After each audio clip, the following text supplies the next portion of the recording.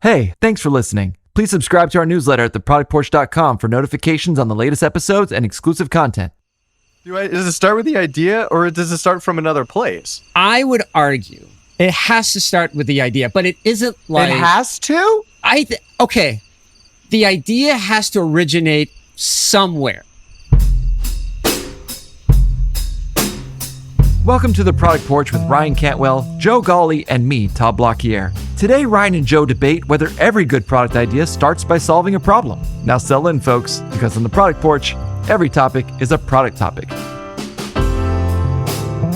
Mr. Ryan Cantwell, how the heck are you doing? I'm pretty good, Joe. How are you? I am on my third caffeinated drink of the day, and I think I'm paying the price for it. Joe, do you know what happens if I had one caffeinated drink? I think my heart would explode. I'm naturally caffeinated, brother. I don't know how people do go without caffeine, but I am paying the price of having too much caffeine, but that's okay. I think it's going to give me a good running start. I may end up just crashing the last 5 minutes of the podcast. So if you hear a snore at the end, you'll know that it's me just having a hard crash. Yeah. So Ryan, I was fortunate last week to attend Product Camp Chicago and listen to Dan Olson. Dan is the author of a really popular book called The Lean Product Playbook. And in his keynote, he talked about vibe coding. And, we had a podcast about that. I think we had a prototype 4 times faster. Wildly fascinating to talk about the spectrum of it. But the second half of his keynote, he emphasized the importance of staying in the problem space. He talked about, he ran these workshops and he was reminding the product leaders that I was attending the workshops that, look, the output of what comes out of a vibe coding tool like a Lovable or a Bolt are really strong PRDs, which have a fully baked or full understanding of the problem to be solved, the who, the why. He reminded us, why do most products fail? They fail because we fail to understand the problem. We fail to talk to our customers. We fail to empathize with them. We jump too quickly to the solution and we end up wasting a lot of time. Is this reality that we spend time ideating, or do we jump to the solution? Remind me again, you had a point of view on this, right? Well, so I feel like there is this perception in the world that the idea that somebody comes up with is the magic. They have this novel, cool thought for a solution, and all of a sudden they're a Silicon Valley billionaire.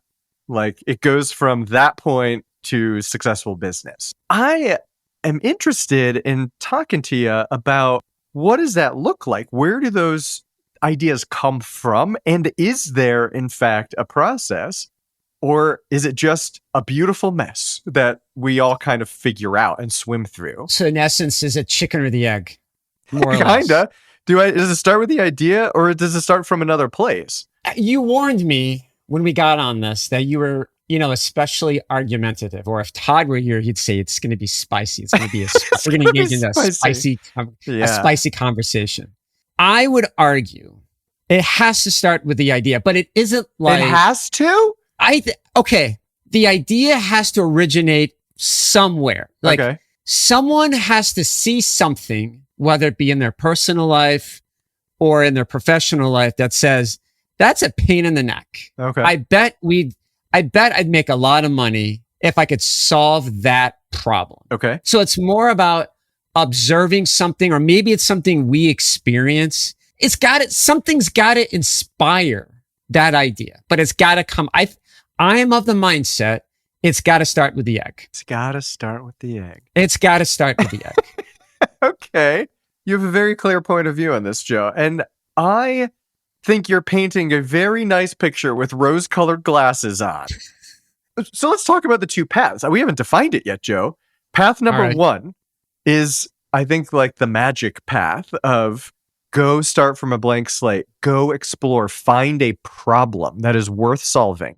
Then you can ideate solutions from that problem.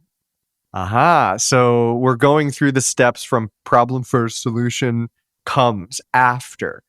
The other way that I'm talking about is starting with solution, go find a problem, that your solution solves for it. And I think the misconception, I want to be very clear about this, Joe. Yeah. I don't think every solution has a problem that's worth solving for. Okay, give me an example of a product that doesn't have a problem that it solves for. Oh boy. All right. I'm putting you on the spot. Product that does not solve for a significant enough problem. Okay. Have you ever heard of the Juicero machine? All right. No. So this is a machine that you could buy that would make fresh squeezed juices in your house. But do you know how it made fresh squeezed juices?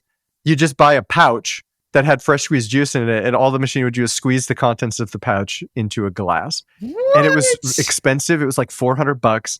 You had to buy all these consumables, and it's not solving a problem. Like, people weren't like, oh, this juice, that's a problem. There was no tangible problem. They just came up with this novel solution, didn't understand if it was people wanted it, that there was a real need, pain, or desire behind it. Because here's another one, Joe. Oh, I'm on a tear now. All right. The guy who invented ice cream. Is there a problem? Is there a problem he solved for inventing ice cream? Okay, you're putting me on my toes, Ryan. That's a fair argument. That's a fair argument. You could place it out with any dessert or candy bar or cake. Okay. It's all about preference and what people like and how they like to consume sweets. Yeah. Or, Joe, you've been to Disney World, right?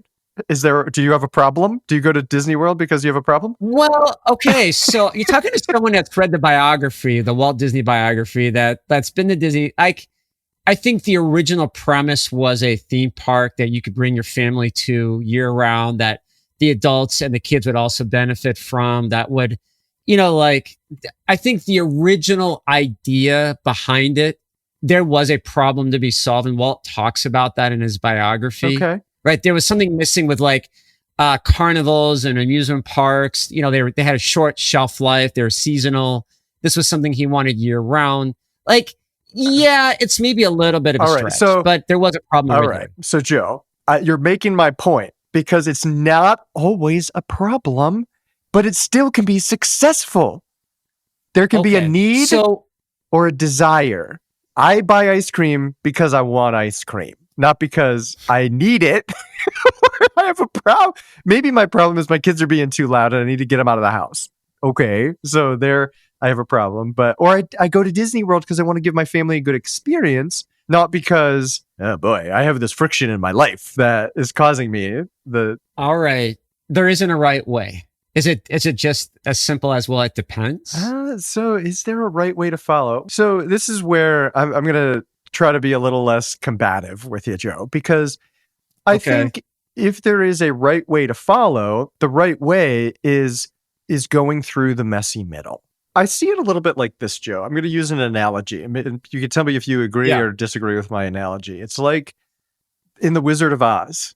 All the roads lead to the Emerald City. A solution is the starting point, but no matter what, you're going to have to take a journey to know that you can bring that thing from the beginning of the road to the end of the journey. So you're going to have to climb the mountains, cross the desert, swim the river, fight the apple-throwing trees and the flying monkeys. No matter which way you come about it, starting with a need, a pain, a desire, a problem, whatever, or a solution that's very novel and you think it's cool, you have to understand if this thing creates enough value for the people I want it to create value for, that they'll buy it. I would agree, because it goes along with the age-old product management idea that we deliver value as soon as possible so we know what to build next. Mm-hmm. And to his credit, whether you like him or not, Walt Disney was a master at doing that. He can still charge $200 for a ticket in an economy where there's inflation and jobless rates and all this other stuff. People are still going to buy it because he figured out the magic. Figured out the magic sauce behind it. Yeah. Can I argue? Look at some of the most colossal failures out there. Yes. Google Glass. Yes. Was a colossal failure because it was technology driven and not problem driven. Everyone's like, oh, I got this thing, but what am I going to do with it? When am I going to use it? How's it going to make it failed miserably because no one knew what to do with this thing. Yeah, because they didn't understand does this thing create value for the people I intended to create value for? And would they pay for it? And the answer was no. It was too expensive. It didn't do enough to make it attractive for people to see the perceived value of that. Now, as time has gone on, now we've got the Meta Ray-Ban glasses. Have you seen Meta those? Ray-Bans, yeah. Yeah. So it's maybe it was there are some elements of it was before the technology was before its time, and you could make all kinds of arguments. But I think very simply, do those people have a need, a pain, desire, one of those things that is expressed or felt intensely enough or frequently enough that they're willing to pay for this thing? And they didn't do that work. They didn't do the work of understanding it. They fell in love with the solution. What advice do we have for PMs? Going back to your specific example, and both of us have experienced this in our careers. What advice do we have for PMs who get solutions first? What should they do? So I believe that getting solutions first is the majority of what we experience, the PMs in the world. So one, I want every product manager in the world to know that you're not alone. You're not doing anything wrong. That's just how it works. It's just the real world. And the real world starts that way. So the advice I would give, if you're getting solutions first, you need to build muscle in understanding to fight the urge and help your organization fight the urge to fall in love with that solution. Like, just immediately go head over heels and pump the brakes to say, like, I love the idea. Let's go test it. Let's go find out so we can wade through and understand, do we have the right audience? Do we have the right value that we're delivering? And the value can come from a need, a pain, or desire. Do we understand that? And you can do this in really small ways, Joe. I loved keeping a discovery backlog of, like, I just consider it ideas. Ideas would come in. They'd often be reflected to me as solutions. So I then turn that around as assumptions. Remember, we talked about assumptions in a prior episode. I think it was just Todd and I, though. I don't know if you were there, Joe. I listened to it. I know what you're talking about. Yeah. So you then express the solution. I have these assumptions. Go test them. That's the mess. That's how you, as a product person, now your stock goes up. It's not saying yes to the solution. It is saying which solutions are worth pursuing and which ones aren't. Think about yourself as a dealer of like risks, and you got to make a decision about, do I want to play this hand or that hand? Because it goes along with really like your idea, right? I think it leads to a term Todd coined a few years ago, a tiny acts of discovery. Let's do some tiny acts of discovery, right? Yep. And the beauty of it is, because it can be a career limiting move if you say no, right? Like, by the way, I would never, I did that once and that was just a bad idea. And we can go down that rabbit hole a different time. Okay. So you're saying somebody comes to you with an idea. Hey, you're like, hey, I like it. Let's go validate it. Yeah. Right. Let's go make sure that it's got some teeth. On the other hand, I think that's just one part of it though. Oh, okay. I think that's one part of it. The other part of it is, and I think this is where Dan was trying to emphasize in his keynote, which really resonated with me, is yes, people are going to be coming to us with solutions all the time. However, we should still spend time with our customers. We should still spend time shadowing, doing ride-alongs, going with our salesperson, because that's how we build our backlog. Our backlog, I think, still should have a mixture of ideas that come from us, but also should be mixed in with solutions that we're trying to validate. Like, I think it's a mixture of both, because I think that's where more ideas come from, right? Because I mean, at the end of the day, as product leaders, our job is to come up with new outcomes. Yeah. To deliver more outcomes, well, right? Okay, I'm going to just tweak your language. All right, tweak it a little bit. Come up with them. We go find them. We discover them. Okay, that's fair. Detect them. That's fair. Find signals for them.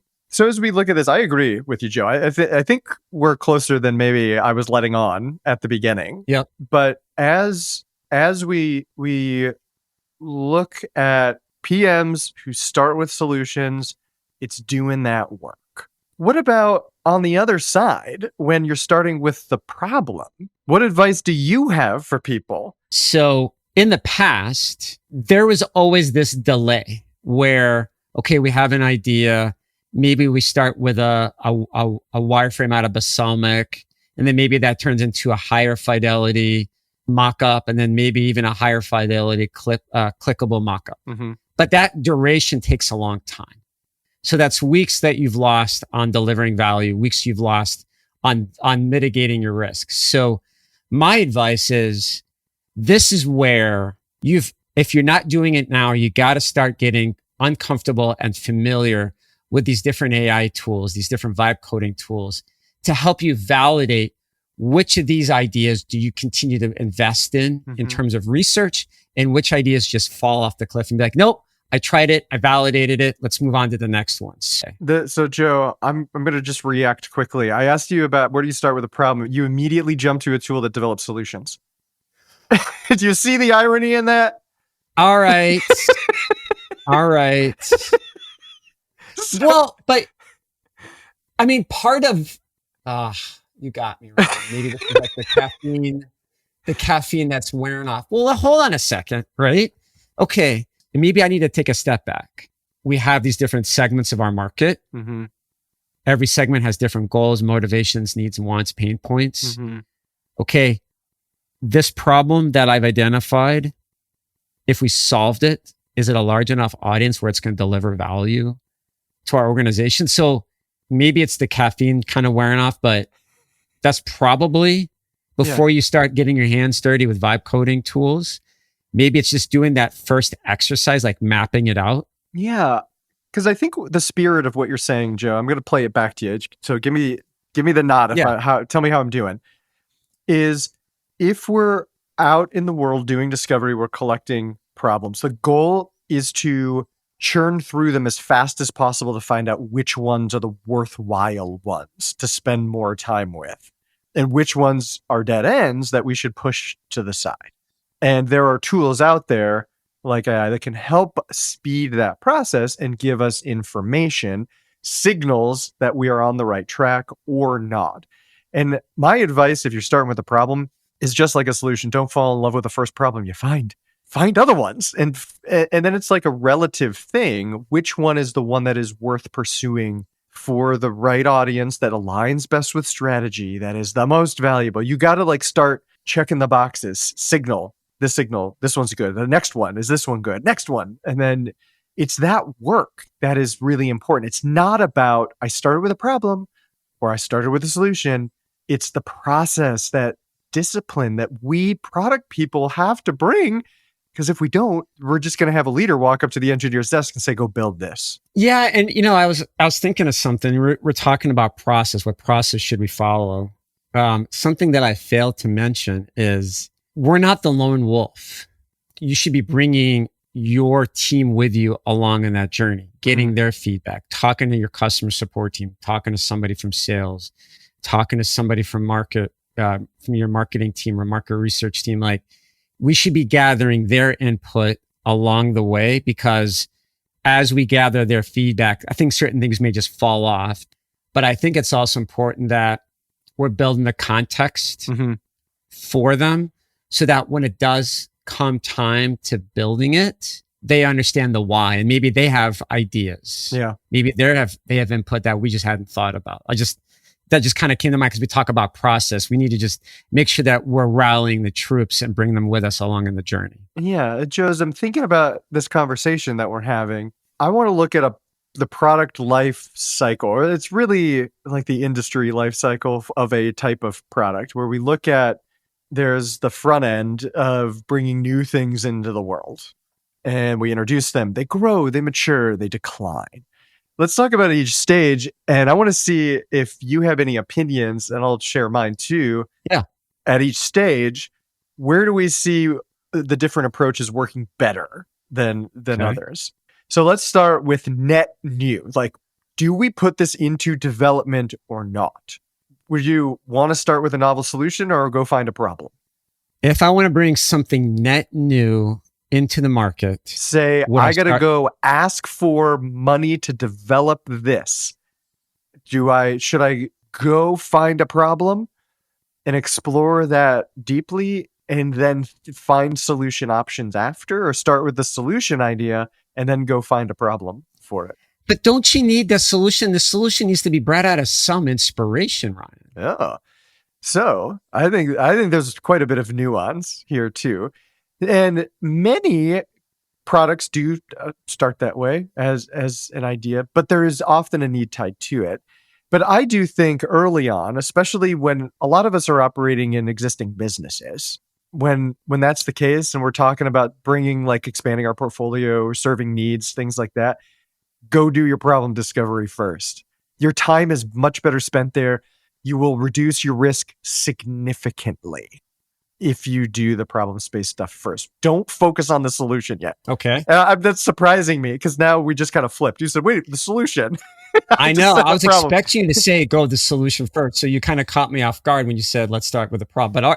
But depending on the product life cycle, net new. Okay. So what's the next one? Introduction. So you've got, like, call it your MVP, early adopters are maybe using it. You've got product in the world. There's few competitors. It's now fresh. What should come next to continue the health and growth of this? Where would you start? Well, you need to start with the solution. You need to get feedback fast. Solution ideas. It'll point you in the right direction. Right. And this is what I say. You got to be doing both very rapidly. Right. You got to be looking at the current user base. And I think that's what you're saying, right? User base. Yep. Where are their troubles, friction points? What can we learn from them? You might be finding new problems you didn't know you needed to care about. You also might have ideas coming your way, like, could you just develop this? I have a solution for you. Could you just do that? But why? Why? Yeah. So I think that's a very interesting phase of it, because there's, like, you're running so fast. You don't have time to stop and say, should we go explore the problem space? Or how about we take a look at the solution space and then go find problems? No, you're like, you're a rocket ship trying to figure out as fast as you can what the most valuable thing is to do. All right, so the next stage, growth. The competition's heating up. The press release hits your desk. Company XYZ has just developed a new thing in the industry.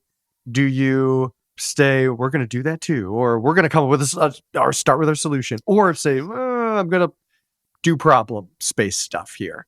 I would say this is the hardest part of being a product manager, because the easiest path is the copycat path. Yes. And it's the path that people breathe down our neck because they're expecting a response. And the longer you wait for a response, the more frustrated your stakeholders and leadership get with you. This is a really tough one because in theory, if we could go back and wave that magic wand, we'd be like, hold on, time out. I'm going to go do some research. Mm-hmm. I think that's the nuance is it shouldn't take a press release from a competitor to trigger market research for new ideas. We should be doing this research all the time. We should be talking to customers all the time. So although a competitor may have something new, we already have some other ideas in the pipeline that we're ready to start, building or go to. Like, it should be a fast follow versus using the excuse of a market of a new entrant to trigger. Oh, we need to start the problem exploration or the idea exploration now. Like, at that point, you're toast. Yeah. You're going to just be scrambling and maybe not even developing a really good product. But I think in this case, you still can learn very quickly. There's still opportunities to learn from an existing user base, from your competitors, customers, and similarly to the introduction phase. But here, there's a greater risk of falling into that feature factory pattern. Like, oh, do it. Like, they have it. Okay, now over here, we had this idea. It'll make us better. Do it. And people are kind of like Chicken Little. They're running around like the sky is falling. in this phase. And I think what is important, in fact, yes, you're right. You don't have the luxury to just pause indefinitely and say, we're not going to, because there is risk with that. But at the same time, it's when you really need to hone and lean into your learning engine, whether it starts with a solution that you need to test or a problem. It's more about how efficient can you be at working through the journey, the messy middle. I think that's where the focus needs to be, because that's what people lose sight of immediately. They either cut discovery and just work on things, or they take too long and they end up doing nothing. All right, so now we go to maturity, Joe. Product's been in the world a while, competition's established, maybe it's more pricing kind of wars you're seeing. It's people, you're beating each other up all the time with your competitors, trying to fight for every last scrap of market share. What do you start with, solutions or problems? Well, I don't know why, but all of a sudden the Boston Consulting Group matrix like pops in my head. Oh, interesting. So you're describing the dogs. Not necessarily. So a mature product doesn't mean it's a dog or a star or a cow, but they reterm dogs to pets, by the way. It's more sensitive. Did they really? Oh, I just haven't been in the game long enough. So I'm thinking about it this way. So when you have a mature product, sometimes it's easy I worked for a company like this. We had a product that was in life decades, mature. And it was very easy for us to just rest on our laurels. And it was a cash cow. Like, we're just going to keep doing this. Yeah. But again, at the same time, that's when a lot of the businesses I interact with regularly see a impending doom. If we do nothing, we're eventually going to fall out, and our market, our product, that fit is going to drift away from us.